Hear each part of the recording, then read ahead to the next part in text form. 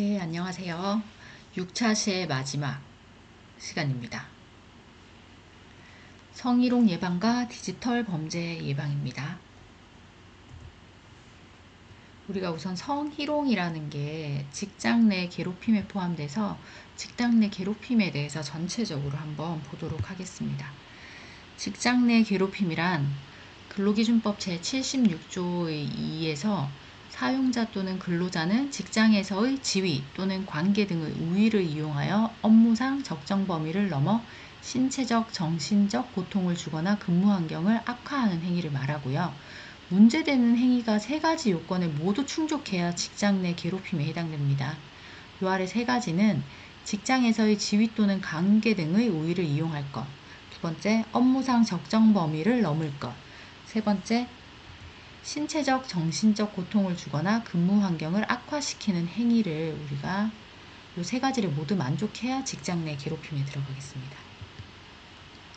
그럼 이런 직장 내 괴롭힘의 판단 기준은 이제 구체적인 사정을 참작해서 종합적으로 판단을 하는데 그 첫 번째가 당사자와의 관계, 두 번째가 행위가 행해진 장소 및 상황, 세 번째가 행위에 대한 피해자의 반응, 네 번째가 행위의 내용 및 정도, 그리고 다섯 번째가 행위 기간입니다.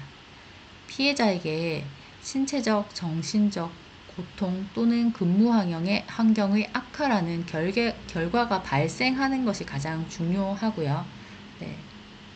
그래서 저런 다섯 가지를 바탕으로 종합적으로 판단하게 됩니다. 그럼 직장 내 괴롭힘의 사례를 보시면 폭행, 협박, 지속 반복적인 폭언 등을 사용하는 것이 있고요. 두 번째, 근로계약서 등에 명시되어 있지 않는 허드렛 입말시키거나 일을 거의 주지 않는 것. 그죠? 세 번째는 의사와 상관없이 음주, 흡연, 회식 참여를 강요하는 것. 그다음 네 번째, 집단 따돌림, 업무 수행 과정에서의 의도적 배제 또는 무시. 다섯 번째, 신체적인 위협이나 폭력을 가하거나 욕설을 하는 것. 여섯 번째는 정당한 이유 없이 업무 능력이나 성과를 인정하지 않거나 조롱하는 것. 이런 6가지가 직장 내 괴롭힘의 사례에 들어갑니다. 그리고 이건 뭐 성희롱 얘기가 이게 나오는 거니까 우리가 성희롱하면 음담패설을 농담처럼 하시는 분들 있잖아요. 근데 음담패설을 늘어놓는 것 자체가 성희롱에 해당됩니다. 그럼 아까 위에서 법 얘기할 때 우위라는 얘기가 나왔어요. 우위 요소는 그럼 뭔지 한번 볼까요? 우위성이라고 하는 건 피해자가 괴롭힘 행위에 대한 저항 또는 거절이 어려울 가능성이 높은 관계를 의미해요. 그래서 나보다 뭔가 높은 사람. 그래서 관계의 우위로 볼 수 있는 요소들은 수적 측면, 개인과 집단, 아니면 정규직 여부. 다음 세 번째는 업무의 직장 내 영향력. 이제 감사부의 사람이라던가 인사부서라던가 이런 사람인지. 또 네 번째, 인적 속성. 연령, 학벌, 성별, 출신 지역, 인종 등이 여기 포함되고요. 그 다음에 업무 역량, 근속 연수, 전문 지식. 그 다음 근로자 조직 구성원 여부. 노조나 직장 협의회 등의 사람은 아닌지 한번 저런 사람들이 그럼 좀 직장 괴롭힘을 유발할 사람들이 조금 있다는 거죠. 저런 우위에 있을 때. 모두가 다 그렇다는 건 아닙니다. 그럼 증가하는 직장 내 괴롭힘을 보면 엄청난 수로 막 증가를 하고 있어요. 근데 우측표를 보면 결국 가해자는 어떤 사람이 가장 많아요? 직속 상사나 관리자급에서 많습니다. 결국 우위에 있는 사람들. 그죠? 그리고 직장 내 괴롭힘의 유형을 보면 부당한 업무 지시가, 그 다음이 언어폭력, 그 다음 세 번째가 차별 대우, 네 번째가 의견 묵살. 이런 것들이 조금 높게 나왔습니다. 그럼 괴롭힘을 당했을 때의 나의 반응을 보면 참거나 모른 척 했다가 거의 80%에 가깝습니다. 왜 우리는 대응하지 않을까요? 그죠? 왜 대응하지 않고 결국은 회사를 그만두는 선택을 하는 분들이 더 많아집니다. 왜 그럴까요? 사례를 한번 보면서 생각해 봅시다. 첫 번째 사례를 보면 살 빼라는 강요 직장 내 괴롭힘 신고하자 계약 만료로 해고를 시키는 겁니다. 보복이죠, 결국 보복. 그다음 두 번째 우측의 걸 보면 직장 내 괴롭힘을 신고하자 정신병자로 낙인 찍고 보복을 합니다. 네. 그래서 결국 해고하게 되는 거죠. 그 다음을 보면 2차 가해라는 게 있는데 대응한다고 신고를 했지만 가해자와 분리는커녕 승진을 시켜서 더 둘이 소통할 일을 많이 만든 겁니다. 얼마나 불편하겠어요. 그죠? 신고까지 했는데. 그래서 누가 봐도 그렇다고 이제 이런 예방 교육을 하면서 모든 상황, 막 모든 사건을 다 문제화하고 신고하라는 것이 절대 아닙니다. 그냥 누가 봐도 의심이 된다면 바로 신고할 수 있지만 그게 아니라면 우리가 기회를 그래도 조금 주는 게 좋습니다. 회사의 분위기를 망치지 않고 내가 해고되지 않으려면 우리 그래도 한 3번 정도는 기회를 줘보자는 거고요.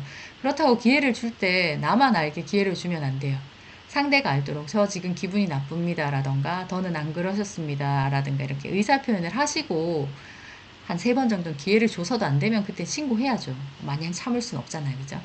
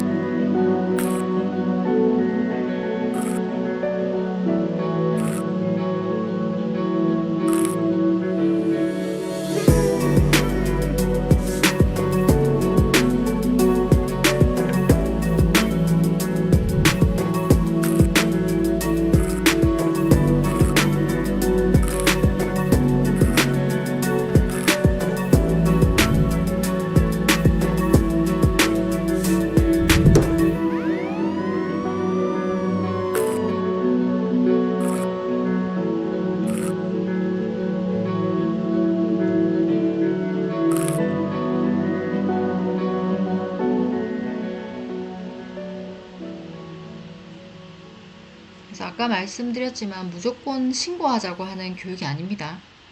그죠? 그럼 아까 직장 내 괴롭힘 중에 포함된 성희롱 한번 보겠습니다. 성희롱 예방의 중요성 및 필요성을 보면 성희롱 예방교육 적용 범위는 상시 근로자 1인 이상의 사업장에 다 적용해야 되고요. 성희롱 예방교육 실시 횟수는 연 1회 이상 해야 됩니다. 그래서 성희롱은 피해자, 가해자, 기업 모두에게 영향을 끼칩니다. 피해자에게는 정신적, 심리적인 스트레스를 가져오고요. 인간의 존엄성을 훼손하고 성적인 굴욕감 및 혐오감을 갖게 됩니다. 행위자에게는 사회적 비난으로 명예를 상실하게 되고 민형사상 처벌을 받을 수 있습니다. 그래서 해고 및 기타 징계 조치로 인한 경제적 손실을 가져올 수 있겠죠. 그리고 기업에는 어떤 영향을 미치나 보니 기업의 생산성 저하, 기업 이미지 추락, 기업의 생산성 및 인력 활용에 영향, 기타 법적 책임이 따릅니다. 이런 사실 성희롱은 사실 성인지 감수성이 결여돼서 나타나는 경우가 많다고 하거든요. 그래서 성인지 감수성이란 남성과 여성이라는 성 역할 고정관념이나 편견을 가지고 성차별적인 생각과 행동을 하고 있지 않은지 스스로 성찰해 볼 수 있는 능력입니다. 성별 간의 불균형에 대한 이해와 지식을 갖춰 일상생활 속에서의 성차별적 요소를 감지해내는 민감성. 그래서 우리가 성인지 감수성이라고 하면 무슨 문제를 발견하며 이거를 민감하게 받아들여서 해결책까지 낼 수 있으면 가장 좋겠습니다. 그래서 직장 내 성희롱을 법적으로 한번 보면 남녀 고용평등법과 일가정 양립 지원에 관한 법률 제2조 제2호에서 사업주, 상급자 또는 근로자가 직장 내의 지위를 이용하거나 업무와 관련하여 다른 근로자에게 성적인 언동 등으로 성적 굴욕감 또는 혐오감을 느끼게 하거나 성적 언동 또는 그 밖의 요구에 대한 불응을 이유로 고용상의 불이익을 주는 것을 말합니다. 그래서 직장 내 성희롱이랑 성희롱을 한번 보면 그냥 성희롱은 상대방이 원치 않는 행위일 것, 성적 행위일 것, 굴욕감 또는 혐오감을 줄 것인데 직장 내 성희롱은 똑같이 세 가지가 되고 네 번째, 직장을 매개로 이루어지는 관계일 것. 관계가 그래야 된다는 거예요. 그 다음 다섯 번째가 고용상의 불이익을 초래할 것. 알겠죠? 무슨 말인지. 그러니까 성희롱이 기본이고 거기에 이제 직장과 관계인지 고용상 불이익이 따를 것인지 그럴 때 우리가 직장 내 성희롱이라고 한답니다. 그래서 직장 내 성희롱 그런 판단 기준을 한번 보면 직장 내 성희롱 해당 여부의 판단은 당사자의 관계, 행위가 행해진 장소 및 상황, 행위에 대한 상대방의 명시적 또는 추정적인 반응의 내용, 행위의 내용 및 정도, 행위가 이례적 또는 단기적의 것인지 아니면 계속적인 것인지 여부 등이 구체적으로 이제 참작을 해서 판단을 하게 됩니다. 이 판단을 할 때는 그래서 피해자 관점을 우선적으로 고려하고 피해자가 의사의 말, 행동으로 표현하는 것이 중요하고요. 성희롱은 다양한 형태로 나타납니다. 그리고 단 한 번의 성적 언동이라도 성희롱이라고 간주됩니다. 양 당사자가 원하고 상호 협의가 된 상황이면 성희롱이 아니라고 합니다. 그럼 직장 내 성희롱 유형에는 어떤 것이 있을까요? 네, 말로 하는 언어적 성희롱, 그다음 몸으로 하는 육체적 성희롱, 그다음 눈으로 보게 하는 그 시각적 성희롱이 있고요. 그 다음엔 기타적인 게 있겠습니다. 그래서 언어적 성희롱을 자세히 알아보면 음란한 농담이나 음담 패설을 하는 경우, 그 다음 두 번째 외모에 대한 성적인 비유나 평가가 있고요. 세 번째 성적 사실관계를 묻거나 성적인 내용의 정보를 의도적으로 유포하는 행위. 네 번째 성적 관계를 강요하거나 해유하는 행위. 다섯 번째, 음란한 내용의 전화통화, 회식 자리 등에서 무리하게 옆에 앉혀 술을 따르도록 강조하는 행위. 이것이 언어적 성희롱에 들어가고요. 육체적 성희롱은 입맞춤이나 포옹, 뒤에서 껴안기 등의 신체적 접촉, 아니면 가슴, 엉덩이 등 신체 특정 부위를 만지는 행위. 그다음 네 번째, 안무나 애무를 강요하는 행위를 육체적 성희롱이라고 합니다. 시각적 성희롱에는 특정 신체 부위를 음란한 눈빛으로 반복적으로 쳐다보는 행위니까 바라보는 것도 안 됩니다. 음란한 눈빛이면. 그 다음에 자신의 성기 등 특정 신체 부위를 고의적으로 노출하거나 만지는 행위. 세 번째, 외설적인 사진이나 그림, 낚시, 음란 출판물 등을 게시하거나 보여주는 행위. 그다음 마지막, 직접 또는 팩스나 컴퓨터 등을 통해 음란한 편지, 사진, 그림 등을 보내는 행위. 이런 것들이 시각적 성희롱에 해당된다고 합니다. 우리가 그리고 자꾸 범죄가 아닌 거라고 생각하는 것 중에 하나가 그냥 저장만 했는데 아니면 전달만 했는데 다 범죄입니다. 그죠? 그다음 기타 성희롱. 사회 통념상 성적 굴욕감 또는 혐오감을 유발하는 것으로 인정되는 언어나 행동. 두 번째, 강압적이고 집요하게 만남이나 교제를 요구하는 행위. 세 번째, 스토킹. 네 번째, 거래처 접대를 해야 한다며 원치 않는 식사와 술자리 참석을 강요하는 이런 것들이 기타 성희롱에 포함되고요. 그래서 이런 직장 내 성희롱 예방법과 대처를 보면 동료로서의 태도를 보면 동료 간의 존칭을 사용하고 공적, 사적 업무의 명확한 구분을 해야 되고요. 음담 패설을 삼가해야 되고 신체에 대해 성적인 평가, 비유는 금지해야 될 겁니다. 그리고 불필요한 신체 접촉도 금지해야 되고 회식 때 술 시중이나 춤을 강요하는 것도 안 됩니다. 그럼 상사로서의 태도는 부하 직원 칭찬 시 신중한 행동, 필요 없는 신체 접촉 금지, 성희롱 예방에 힘쓰기, 가해자는 보복 안갚음의 주시, 철저한 직원 관리를 해야 한다고 합니다. 성희롱 직장 내 성희롱의 개인적인 대처 방법을 보면 분명하고 단호하게 거부 의사를 직접 또는 편지 등으로 표현해야 되고요.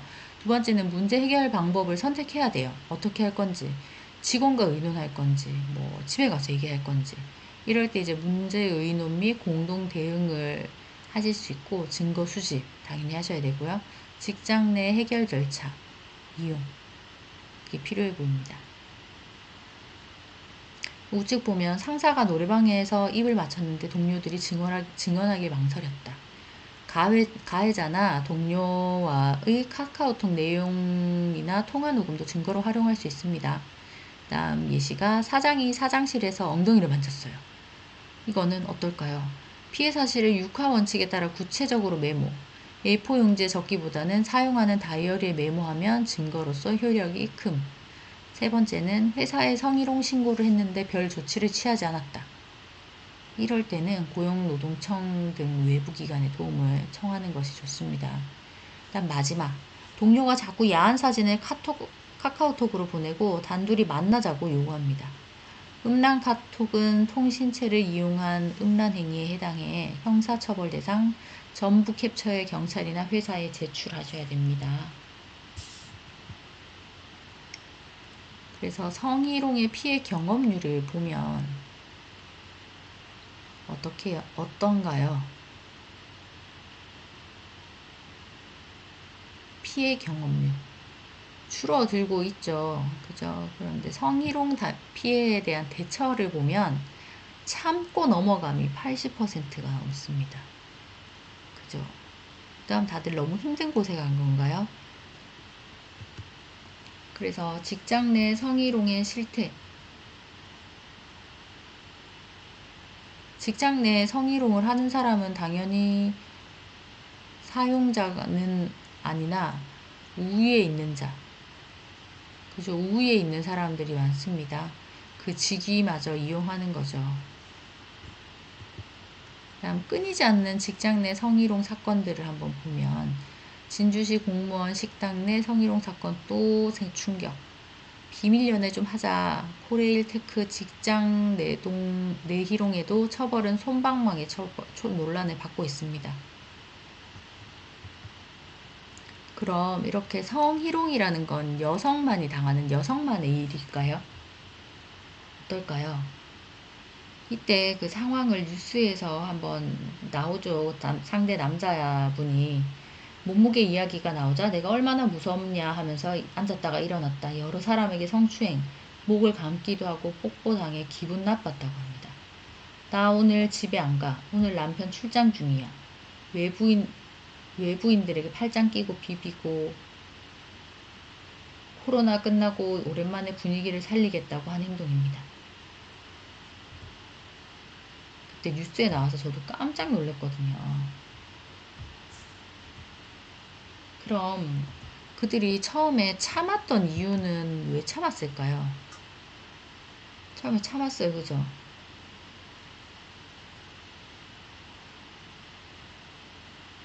팀장의 입장을 보면 코로나 이후라 분위기 살리기 위한 행동이었다. 직원들이 마녀 사냥하는 것 같다. 기억이 나지 않는다라고 얘기했습니다.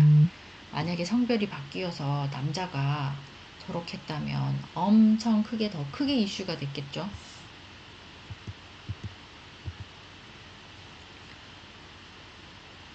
그래서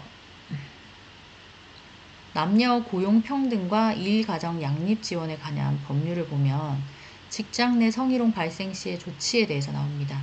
사업주는 성희롱 발생 사실을 신고한 근로자 및 피해 근로자에게 다음 각 호의 어느 하나에 해당하는 불리한 처우를 하여서는 아니 된다. 1. 파면, 해임, 해고 그 밖의 신분 상승의 상실에 해당하는 불이익직 조치. 2. 징계, 조직, 감동, 강등, 승진, 제한 등 부당한 인사조치. 직무 미부여, 직무 직배치, 그 밖에 본인의 의사에 반하는 인사조치, 성과 평가 또는 동료 평가 등에서 차별이나 그에 따른 임금 또는 상여금 등의 차별 지급. 다음 5번째, 직업능력 개발 및 향상을 위한 교육훈련 기회의 제한. 7번, 집단 따돌림, 폭행 또는 폭언 등 정신적, 신체적 손상을 가져오는 행위를 하거나 그 행위의 발생을 방지하는 행위. 다음 7번째. 그 밖에 신고를 한 근로자 및 피해 근로자의 의사에 반하는 불리한 처우.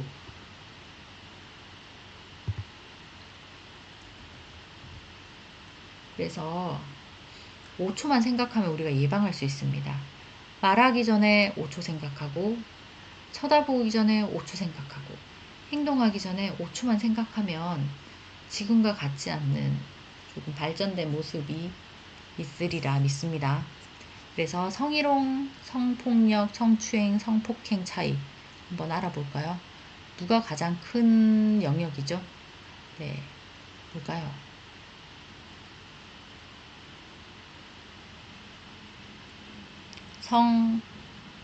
성폭력이죠. 성폭력. 그죠?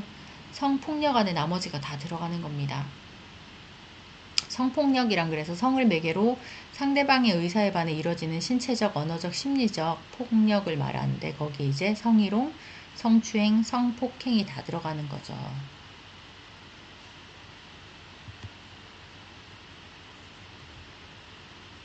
디지털 범죄란 그럼 무엇일까요?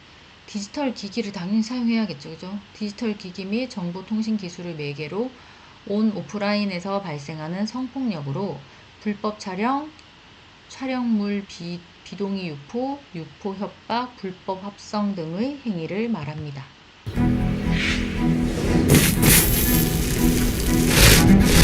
한 번의 클릭이, 한 번의 시청이 범죄가 될 수 있습니다.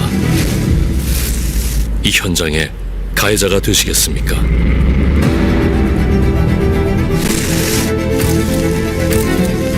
선을 넘는 행위로 일상이 범죄 현장이 되는 순간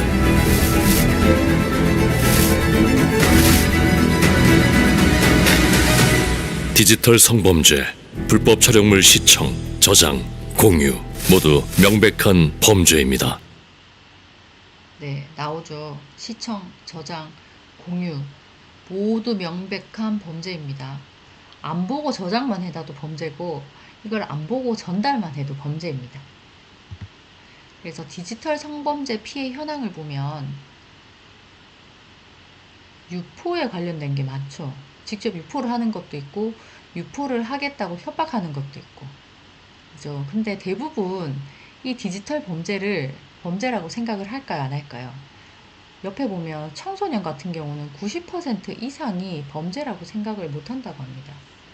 그래서 계속 하고 있는 것일지도 모르죠.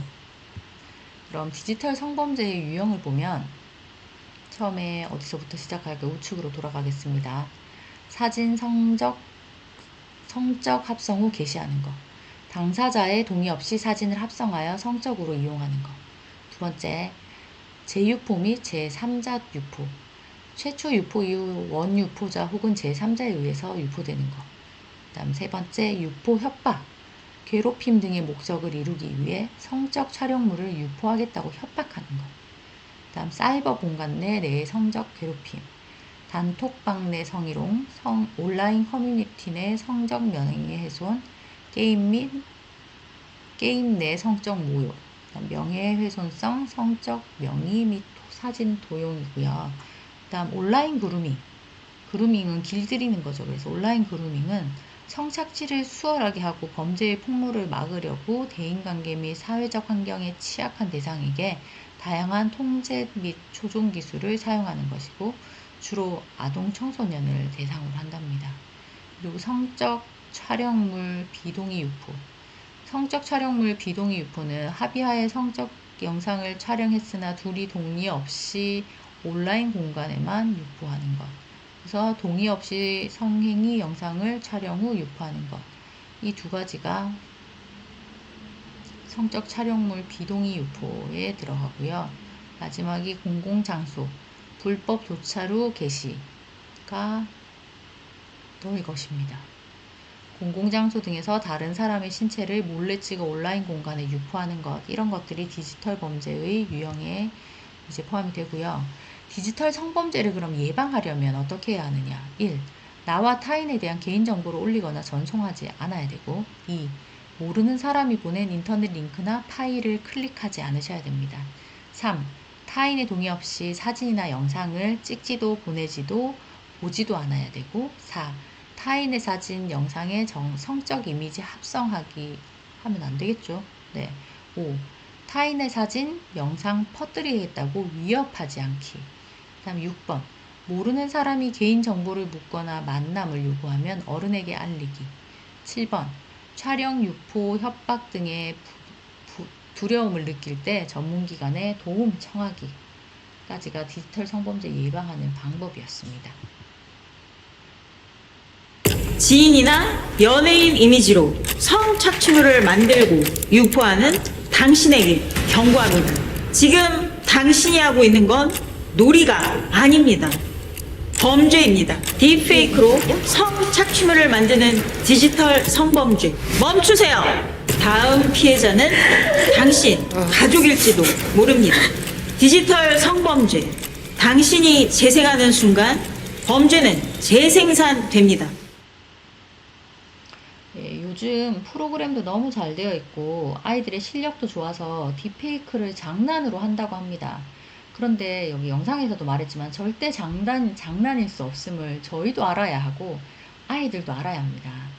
얼굴이 그래서 크게 정면으로 나온 사진은 우리가 아이들 사진은 푸사에 안 쓰는 게 좋다고 하고요.